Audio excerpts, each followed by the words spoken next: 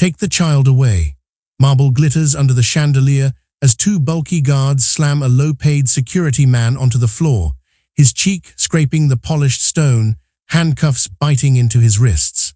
A small boy fights to reach him, barefoot on the cold steps, screaming that the guard is innocent while cameras flash and wealthy guests in black tuxedos press forward, whispering like vultures. Cassandra glides down the staircase in a river of silk and diamonds, voice trembling as she accuses the man of trying to kidnap her stepson, painting herself as the only thing standing between the child and danger. At the very edge of the crowd, a tired nanny in a faded uniform watches, lips pressed tight, eyes burning with a knowledge she doesn't dare speak, a secret that could shatter every lie in this room. Who is really dangerous in this house? And what happens when the person everyone underestimates finally reveals what they know? What happened next shocked everyone and set off a chain of events no one saw coming. Stay with me, this is a story you need to hear. Before we start the story, comment below and let us know where in the world you're watching from today. And if you find this story impactful, don't forget to subscribe for more. The marble foyer gleamed under the chandelier's cold light, but the scene unfolding beneath it was anything but beautiful. Two security guards pinned a uniformed man face down against the polished floor, his arms wrenched behind his back. The metallic click of handcuffs echoed through the mansion's entrance like a gunshot. No, stop it. Let him go. A small boy, no more than 8 years old, threw himself at the guards, his voice breaking into sobs. He didn't do anything, please. On the grand staircase above, a woman in a designer cocktail dress descended slowly, her heels striking each marble step with deliberate authority. Cassandra Hayes was the picture of elegant outrage, one hand pressed to her chest, diamonds glittering at her throat. Behind her, wealthy guests in evening wear clustered at the top of the stairs, phones out, whispering frantically. "Get him away from my stepson," Cassandra commanded, her voice trembling just enough to sound vulnerable. "This man tried to take Noah. God knows what he would have done if I hadn't arrived when I did." "That's not true," Noah screamed, tears streaming down his flushed cheeks. "Eric was helping me. Tell them, Eric. Tell them." The man on the floor, the guard they called Eric, lifted his head with difficulty. His cap had fallen away, revealing dark hair streaked with gray. For one long moment, his eyes locked with Noah's, and something passed between them. A message, a promise, a shared secret that neither could speak aloud. Then the guards hauled him to his feet, and he said nothing at all. Cassandra's assistant was already on the phone with the police. The head of household security stood rigid near the door, his face carefully blank. Maria, the longtime nanny, pushed through the crowd of onlookers, her uniform wrinkled, her face pale with shock. "Miss Hayes, please, there must be some mistake. You," Cassandra's gaze cut to Maria like a blade. "You're fired, again. Clearly you can't be trusted around my family." "No," Noah wrenched free from the governess holding him and ran to the pinned guard. "Eric didn't try to kidnap me. He's not what you think. He's—" "Enough, Noah." Cassandra's tone turned ice cold. "You're confused, traumatized. This man has obviously manipulated you."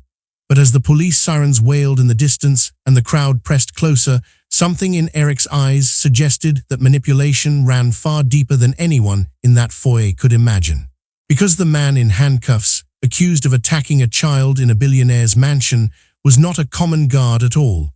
He was the billionaire himself, and the question burning in the air, unspoken, unbearable, was how things could possibly have reached this point. What she discovers next will change everything. If you want to see how truth finally breaks through the lies, make sure you're subscribed. You won't want to miss what happens next. 6 weeks earlier, Ethan Cole had stood in this same foyer with none of the chaos, but all of the doubt. He was 42 years old, worth north of $3 billion, and he couldn't remember the last time his son had looked him in the eye. Noah had become a stranger in his own home, a quiet, anxious shadow who flinched when Ethan entered a room and no longer asked him to read bedtime stories. The distance had grown so gradually that Ethan hadn't noticed it widening until it felt impossible to cross. Cassandra Hayes had entered their lives 2 years after Noah's mother died. She was beautiful, charming, 12 years younger than Ethan, and she'd said all the right things about honoring his late wife's memory and being a good mother to Noah. The engagement had felt like a safe next step, a way to give his son stability and himself companionship. But lately, small things had begun to trouble him. The way Cassandra spoke to the housekeepers when she thought he wasn't listening, sharp, dismissive, as if they were less than human. The subtle criticisms she made about Noah, "He's too sensitive, Ethan, you're raising him to be weak." The expensive purchases that appeared on statements he hadn't authorized. The guardianship clauses she kept insisting his lawyers add to his will, giving her control over Noah and the estate if anything happened to him. "You're being paranoid," she'd say with a laugh whenever he questioned anything. "I love you. I love Noah, why would you doubt me?" But he did doubt her, and he hated himself for it. One grey afternoon, Ethan sat across from Marcus Bennett, his attorney of 20 years, in the law firm's oak-paneled office. Bennett was 70, silver-haired, and unfailingly direct. "You want my honest opinion?" Bennett set down his reading glasses. "Something's off. The financial irregularities you've shown me, they're small enough to explain away individually, but together they form a pattern. Wire transfers to accounts you don't recognize, amended trust documents you don't recall signing, and those guardianship clauses she's pushing, they're aggressive, Ethan, very aggressive." Ethan rubbed his face. "But I have no proof. And if I accuse her and I'm wrong, you'll destroy the relationship and look like a paranoid tyrant." Bennett nodded. "Here's the problem, Ethan. You're a billionaire. Everyone around you knows it. They see the money first, the man second. You'll never see who Cassandra really is, or who anyone really is, while you're standing on top of that mountain. So what do I do? Hire private investigators to follow my fiancée? You could." Bennett leaned back in his chair. "Or you could do something more direct." That was when the idea took root. Ethan had grown up poor, genuinely poor, in a neighborhood where people worked 2 jobs and still couldn't keep the lights on. He'd built his tech empire from a garage startup, and he'd never forgotten what it felt like to be invisible, to be the person no one noticed or respected. He'd sworn he would never become the kind of wealthy man who forgot where he came from. But somewhere along the way, he had forgotten. He'd become the kind of boss who never visited the service wings of his own house, who didn't know the names of half his staff, who signed papers his assistants put in front of him without reading them. "What if I went in?" Ethan said slowly. "What if I went undercover, in my own house?" Bennett blinked. "You're serious?" "Completely. Hire me as a low-level security guard, night shift, minimum wage. A man nobody looks at twice." Ethan felt a strange clarity settling over him. "I change my appearance, use a fake name, falsify the personnel records, only you know the truth. I take a public business trip, Asia, Europe, something long, and while the world thinks I'm overseas, I'm actually in my own mansion, watching. Ethan, that's the only way I'll ever know the truth." Ethan's voice hardened. "If Cassandra is genuine, I'll see it. If she's manipulating my son and stealing from me, I'll see that too, and I'll have first-hand evidence, not just suspicions." Bennett stared at him for a long moment, then slowly nodded. "All right. But we do this carefully, very carefully. One mistake and you expose yourself, or worse, put Noah in danger." 2 weeks later, Ethan Cole boarded a private jet bound for Tokyo in front of cameras and assistants and Cassandra's tearful farewell kiss. The jet took off, circled the Pacific for 6 hours, then landed at a private airstrip 200 miles away. Ethan disembarked in a baseball cap and jeans, climbed into an unmarked car Bennett had arranged, and drove back toward the city. By the time he walked through the service entrance of his own estate, wearing a cheap uniform, a fake beard, colored contact lenses, and a personnel badge that read Eric Holloway, Night Security, Ethan Cole the billionaire had ceased to exist. In his place was a man no one would notice, a man who could finally see the truth. The night shifts were long and quiet, and for the first week, Ethan mostly wandered the dim corridors of his mansion like a ghost haunting his own life. He checked locks, monitored security screens, and learned what it felt like to be invisible. Staff nodded at him politely, if at all. The day shift guards barely spoke to him. And Cassandra walked past him twice without a flicker of recognition, as if he were a piece of furniture. It was both liberating and deeply unsettling. From his station in the security office, Ethan watched the feeds from cameras throughout the house. He saw Noah in his room, hunched over homework, looking small and alone. He saw Cassandra on video calls with Ethan that she'd pre-recorded or manipulated with editing software, her voice honeyed and adoring. And then, when the call ended, he watched her face go cold. "God, I can't wait until this is over," she muttered to herself one night, pouring a glass of wine in the study. "Just a few more months. Then the money's locked in, and I can do whatever I want." Ethan's hands tightened on the edge of the desk, but it was Maria Vasquez, the nanny, who truly caught his attention. Maria had worked for the family since Noah was a baby. She was in her mid-40s, with kind eyes and a quiet, steady presence. Ethan had always appreciated her competence, but he'd never really seen her, not the way he saw her now, through the cameras and in passing moments in the halls. She was the one who made Noah laugh, the one who sat with him when he had nightmares, who checked his inhaler and reminded him to take his allergy medication, who listened when he talked about missing his mother. Cassandra barely spent time with Noah unless there were guests to impress, but Maria was there every single day, offering the kind of love that couldn't be faked. And Cassandra hated her for it. "He's too attached to you," Ethan heard Cassandra say to Maria one afternoon, her tone sharp. "It's unhealthy. You're the help, not his mother." "I'm just doing my job, Miss Hayes. Your job is to follow my instructions, not to undermine me." Cassandra stepped closer, her voice dropping to a venomous whisper. "Ethan's not here to protect you anymore. Remember that." Maria said nothing, but Ethan saw her hands tremble slightly as she turned away. He wanted to intervene, to step out of the shadows and fire Cassandra on the spot, but he forced himself to wait. If he moved too soon, he'd never uncover the full scope of what was happening. The breaking point came during the engagement party. Cassandra had insisted on hosting an elaborate celebration, 100 guests, a full orchestra, champagne towers, and every influential board member and investor in the city. It was as much a business event as a social one, designed to cement Cassandra's position as Ethan's future wife, and by extension, a power player in his company.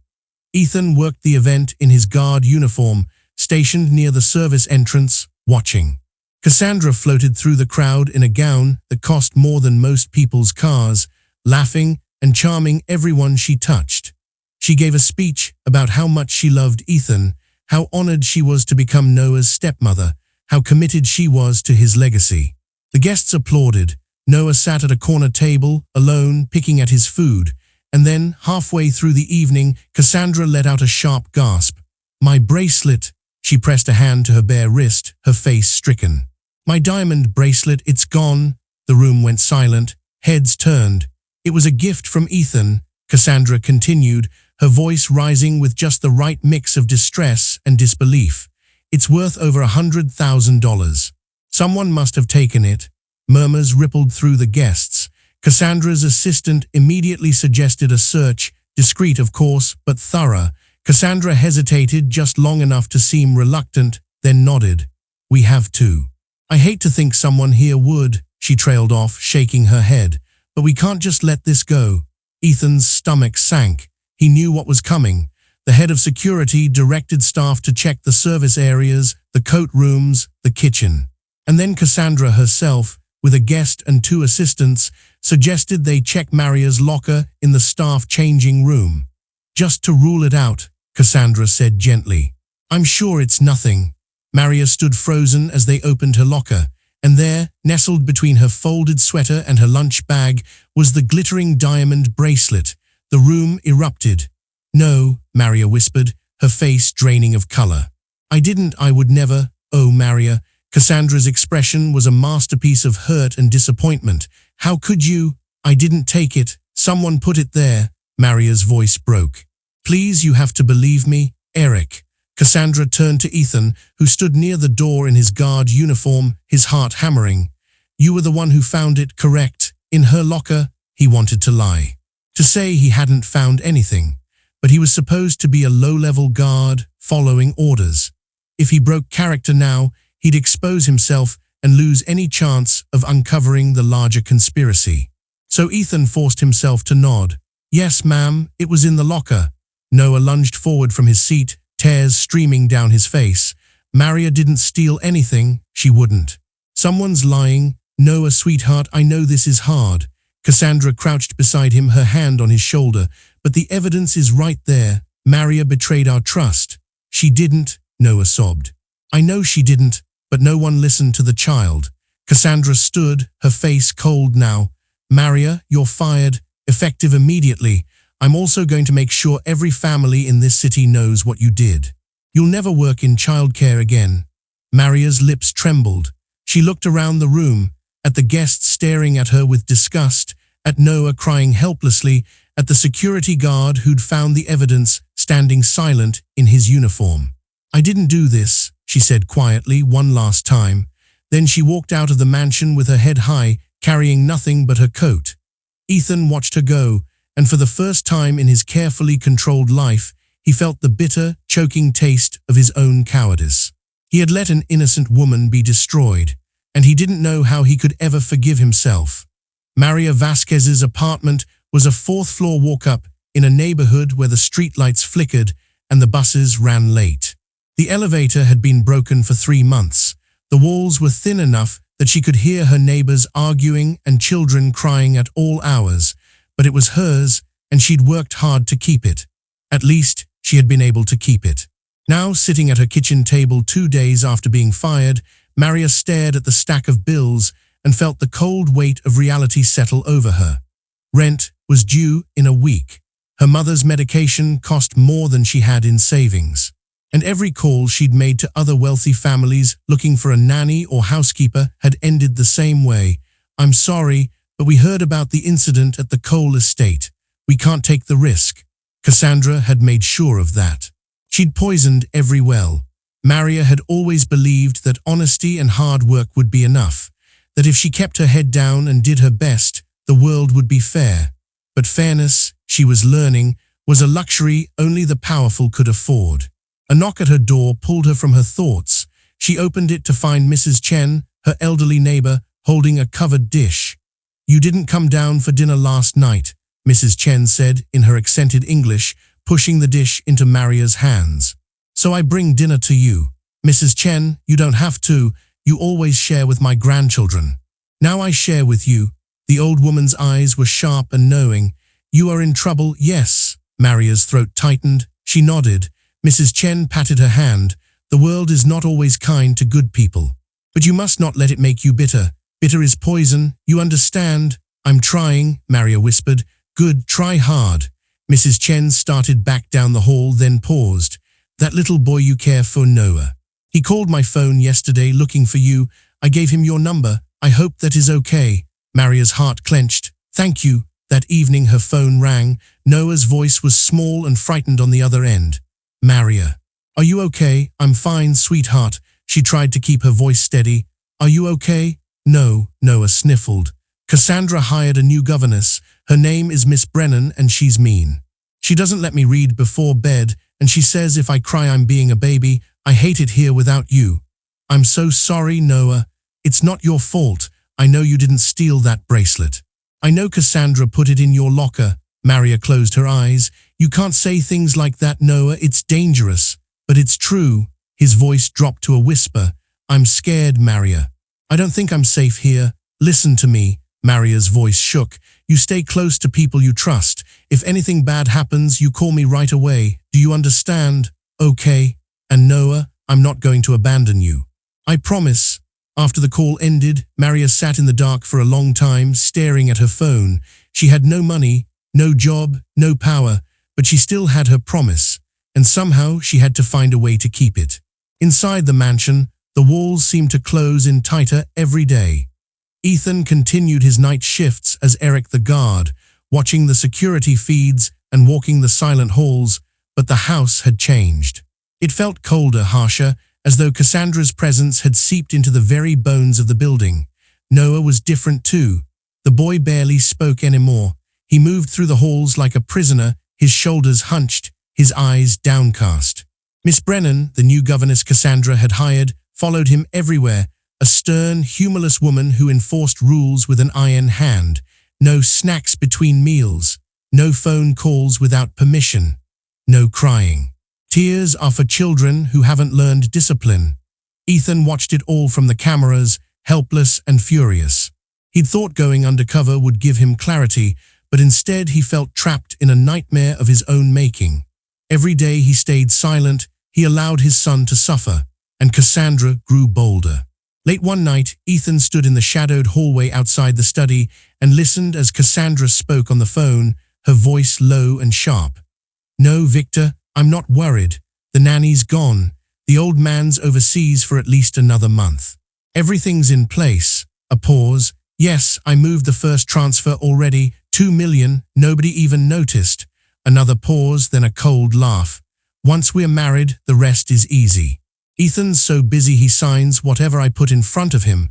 We'll have everything liquidated and offshore by Christmas." Ethan's blood ran cold. Victor, he knew that name. Victor Kane, Cassandra's so-called financial advisor, a smooth-talking man in expensive suits who'd started appearing at the estate a few months ago. Ethan had never liked him, but Cassandra had insisted he was helping her manage her own investments. Now he understood. Victor wasn't managing her money, he was helping her steal Ethan's. A few nights later, Noah had an asthma attack. It happened during one of Cassandra's afternoon spa parties, a gathering of wealthy women drinking champagne and getting facials in the mansion's solarium.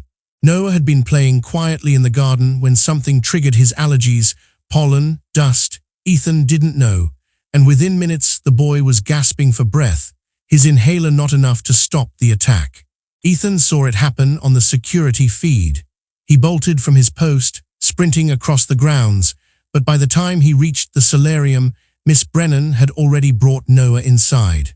The boy was struggling to breathe, his lips tinged blue, his small body shaking. Miss Brennan stood over him with the emergency inhaler, but Noah kept pushing her away, crying and choking out words between gasps. "No, want Maria, Noah, stop being ridiculous," Cassandra snapped, barely glancing up from her champagne. "Miss Brennan is perfectly capable, want Maria," Noah sobbed, his breath wheezing dangerously. One of the guests, a doctor's wife, stood abruptly.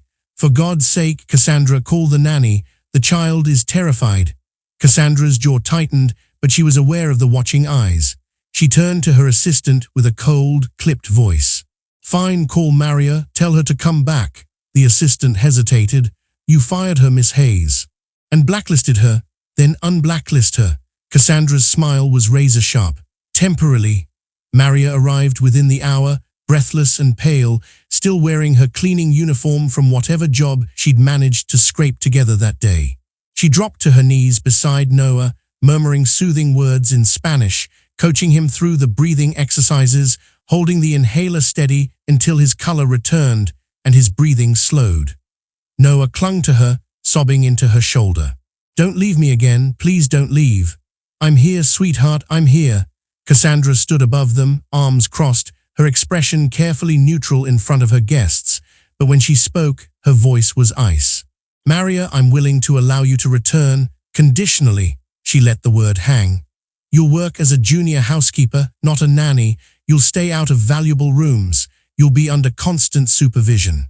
And you'll accept a significant pay cut. If you break any rule, you're out permanently." Maria looked up, her eyes red. She glanced at Noah, still trembling in her arms. "I accept, good." Cassandra's smile didn't reach her eyes. "Isn't it generous of me to give you a second chance?" The guests murmured approvingly. Cassandra had successfully spun the situation into an act of magnanimity. But Ethan, standing in his guard uniform by the door, saw the truth in her face. She hadn't brought Maria back out of kindness. She'd brought her back to control her, to humiliate her, to keep her close enough to blame if anything went wrong. That night, Ethan made a decision. He couldn't stay silent any longer. He had to act, but he couldn't act alone. Noah's bedroom was on the 3rd floor, tucked into a quiet corner of the mansion with a view of the gardens. It was a large room, filled with toys he rarely played with and books he rarely read.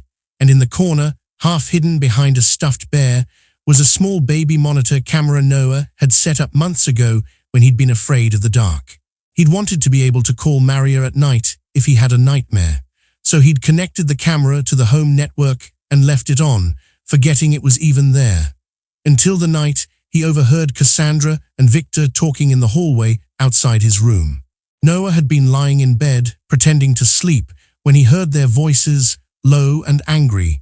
"I don't care if you're nervous, Victor. We are too far in to back out now. I'm just saying, moving that much money at once is going to raise flags. Ethan's accountants aren't idiots. Ethan's accountants do what I tell them to. I've already forged his signature on 3 separate transfer authorizations. By the time he gets back from Asia, half his liquid assets will be in accounts he doesn't even know exist." Noah's eyes flew open. He grabbed his tablet from the nightstand, hands shaking, and opened the recording app. "And the kid?" Victor asked. "What about him? He's going to be a problem. He's attached to that nanny and he's smart. If he figures out what we are doing, he won't." Cassandra's voice turned cold. "And once we're married and I have legal guardianship, Noah's going to boarding school in Switzerland, far away where he can't cause trouble. And the nanny, Maria," Cassandra laughed, a sound like breaking glass. "Once I don't need her anymore, she's gone, permanently, along with anyone else who might talk." Noah's breath caught in his throat. He fumbled with the tablet, hitting record, but his hands were shaking so badly he nearly dropped it. "You're ruthless," Victor said, but he sounded impressed. "I like it. I didn't claw my way up from nothing to be soft now." Cassandra's heels clicked on the marble floor as she walked away. "Now come on. We need to finish transferring those offshore accounts before the end of the week." Their voices faded down the hall. Noah sat in the dark, staring at his tablet, his heart hammering. He had proof, actual proof. But when he tried to play the recording back, his hands were shaking too hard to hold the device steady. And the next morning, when he tried to hide the tablet in his backpack, Miss Brennan found it during her inspection. "What's this?" She held up the tablet, frowning. "It's mine," Noah said quickly. "Give it back. Children don't have unsupervised screen time." Miss Brennan handed it to Cassandra, who'd appeared in the doorway. "I found this hidden in his bag." Cassandra turned the tablet over in her hands, her expression unreadable. Then she smiled. "Noah, sweetheart, you know the rules. No devices without permission." She slipped the tablet into her purse. "I'll hold on to this for you." "No," Noah lunged for it, but Cassandra stepped back smoothly. "Don't be dramatic. You'll get it back when you've earned it." She walked away, and Noah felt his one chance at justice disappear with her. But what he didn't know, what Cassandra didn't know, was that the baby monitor camera in his room was still recording. And 2 nights later, it captured something even more damning. Maria had learned to move through the mansion like a ghost. As a junior housekeeper, under Cassandra's new regime, she was tasked with cleaning the least important rooms and was forbidden from entering Cassandra's private study or bedroom without direct supervision. Every move she made was watched. Her phone was confiscated during shifts. She ate her meals in the basement staff room, alone, but invisibility had its advantages. One afternoon, while cleaning the hallway outside Cassandra's study, Maria overheard Cassandra and Victor arguing. "You need to be more careful," Victor hissed. "You left a bank statement on your desk. What if someone sees it?" "Relax. The only people who come in here are me and my assistant, and she's too stupid to know what offshore accounts are." Maria's heart raced. She pressed herself against the wall, listening. When Cassandra and Victor finally left, Maria waited 10 minutes, then slipped into the study. Her hands were shaking. This was exactly the kind of rule-breaking Cassandra had warned her about. If she was caught, she'd lose everything. But Noah's frightened voice echoed in her mind. "I don't think I'm safe here." She had to try. The study was immaculate, too immaculate, as if Cassandra were constantly erasing traces of her presence.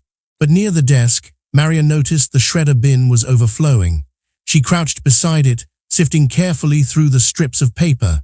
Most were mundane, shopping receipts, old invitations, but one half-shredded page caught her eye. It was a bank statement. The top half was gone, but the bottom clearly showed a wire transfer, $2 million to a company called Apex Holdings LLC, with an account number in the Cayman Islands. The account holder was listed as Victor Kane. Maria's breath caught. She carefully pulled the page free, folded it, and tucked it into the waistband of her uniform, her heart hammering so loudly she was sure someone would hear. She finished her cleaning as quickly as she could, then slipped out of the study. That evening, she hid the document in a sealed envelope beneath the loose floorboard in the staff bathroom, a hiding place she discovered years ago when Noah used to play hide-and-seek in the service wings. It wasn't much, but it was something. Meanwhile, Ethan, still in his role as Eric the night guard, had been conducting his own quiet investigation. Using his security clearance, he accessed the home network and began reviewing archived footage. It was tedious work, hours of watching empty hallways and silent rooms, but he was looking for patterns, evidence, anything that would prove Cassandra's guilt beyond his own suspicions. And then he found the baby monitor. It was a forgotten device on the network, a cheap camera Noah had connected months ago. Ethan pulled the stored footage, scanning through days of recordings, and his blood turned to ice. There on a grainy nighttime recording was Cassandra's voice, crystal clear. By the time he gets back from Asia, half his liquid assets will be in accounts he doesn't even know exist.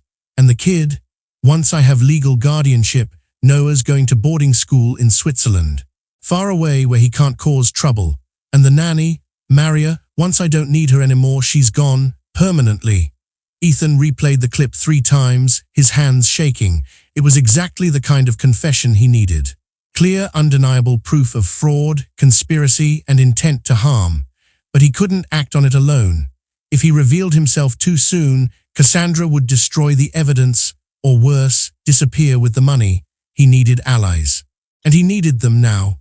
Late that night, he arranged a clandestine meeting in the staff parking lot, sending anonymous text messages to Maria and Noah.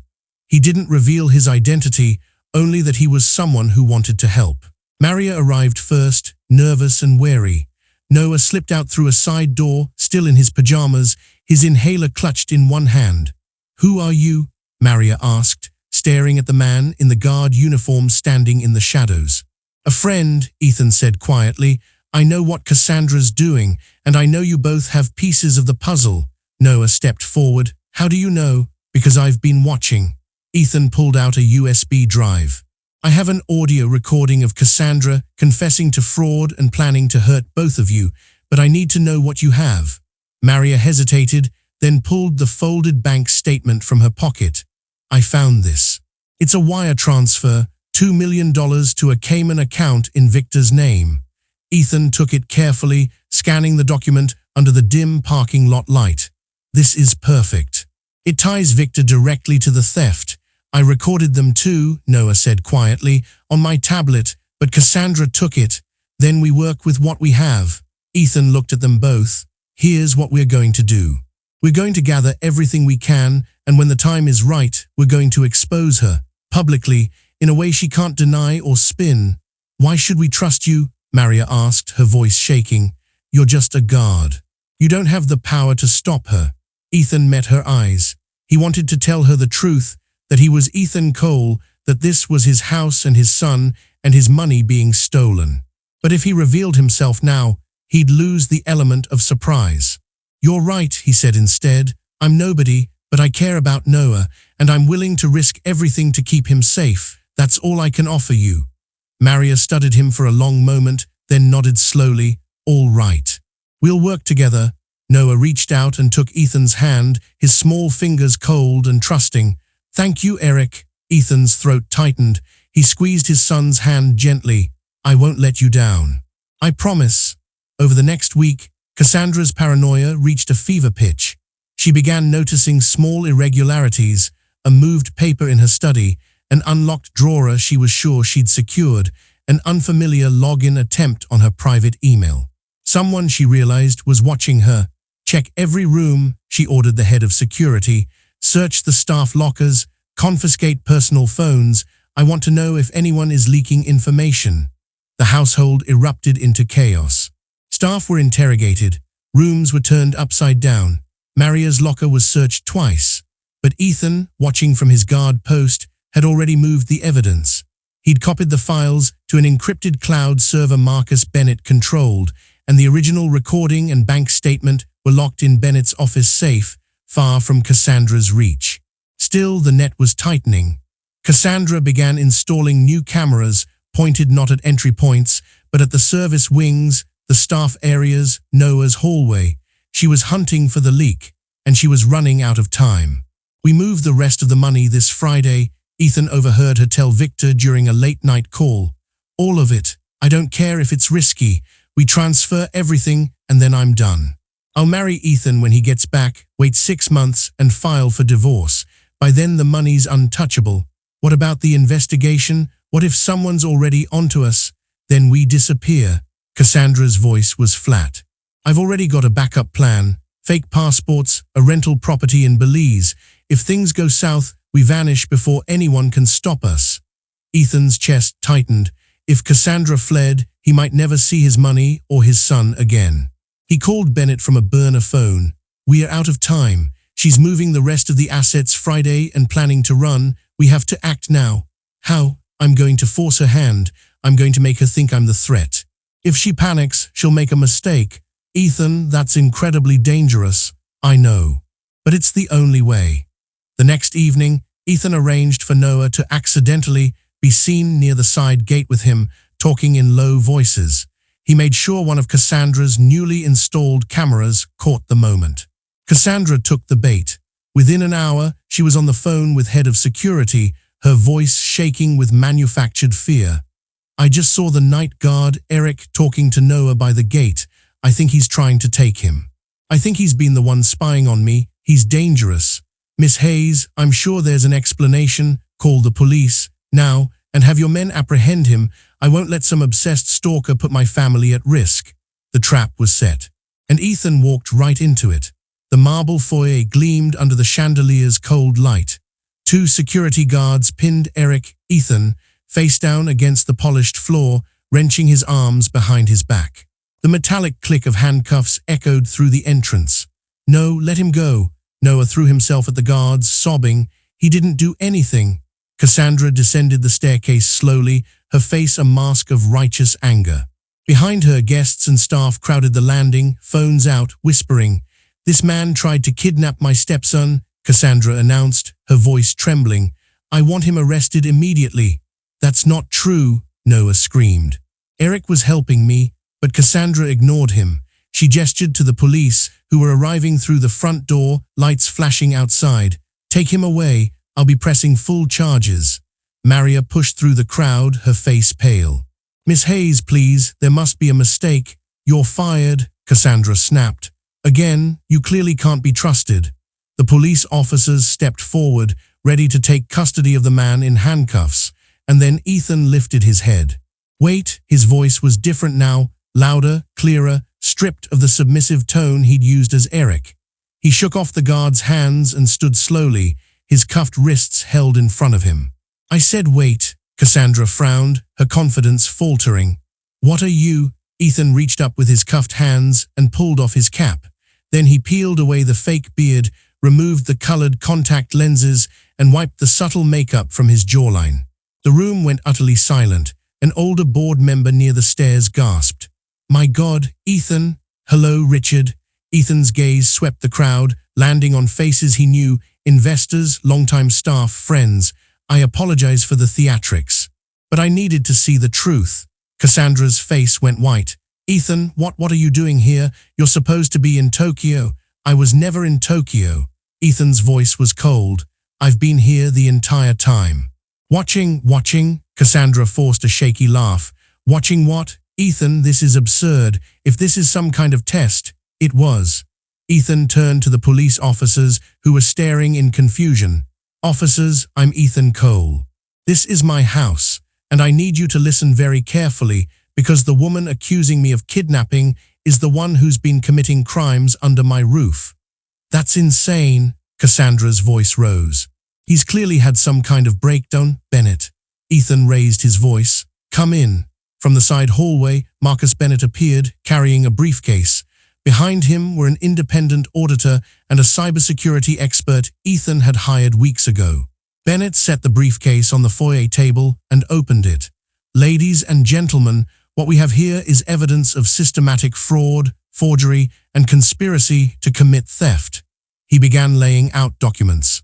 Printed bank statements showing transfers to offshore accounts, forged signatures on legal documents, security logs showing Victor Kane accessing Ethan's private office at odd hours, and email records linking Cassandra to shell companies. "This is ridiculous," Cassandra said, but her voice wavered. "Victor is my financial advisor. Any transfers were legitimate. Then explain this." Ethan pulled out his phone and connected it to a small portable speaker Bennett had brought. He pressed play. Cassandra's voice filled the foyer, clear and damning. "By the time he gets back from Asia, half his liquid assets will be in accounts he doesn't even know exist. And the kid, once I have legal guardianship, Noah's going to boarding school in Switzerland. And the nanny, Maria. Once I don't need her anymore, she's gone, permanently." The recording played in full, every word a nail in Cassandra's coffin.